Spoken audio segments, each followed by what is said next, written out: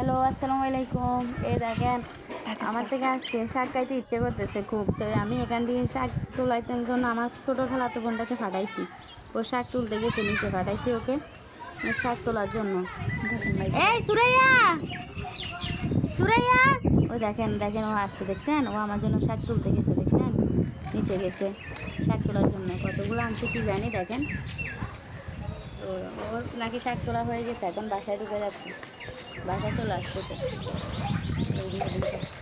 তো শাক তোলার পর দেখেন আপনাদেরকে আরেকটু ঘুরাই দেখাই সব কিছু। ঘুরা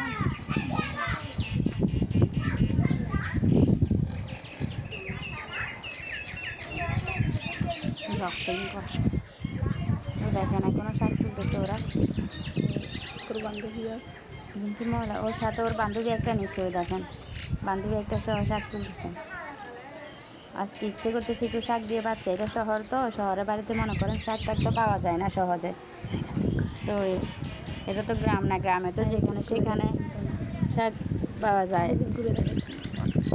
তো আপনাদেরকে এখন দেখেন আমি চারদিক ঘুরে দেখাচ্ছি, চারদিকটা দেখেন। আর ওদের শাক তোলাটাও দেখেন, দেখেন দেখেন কি সুন্দর রাস্তা, মানুষগুলো হাঁটতেছে। আমাদের দুঃখের বিষয় হচ্ছে আমরা নিচে নামতে পারি না। আমরা জেলখানার মধ্যে বন্দি, বুঝছেন? আমাদেরকে নিচে নামতে দেয় না। সবাই কি সুন্দর বিকেলবেলা গ্রামটাতে হাঁটে ঘুরে, আমরা ঘুরতে পারি না। দেখেন আমরা উপর থেকে শুধু আপনাদেরকে দেখাই আর আমি নিজেও দেখি, বুঝছেন? ও দেখেন কি সুন্দর বাতাস। ও দেখেন ওদের শাক তোলাটা দেখেন, শাক তুলে নিয়ে আসতেছে। আপনাদের শাকের দাওয়াত, চলে আসিয়ে আজকে আমাদের বাসায় শাক খাওয়ার জন্য।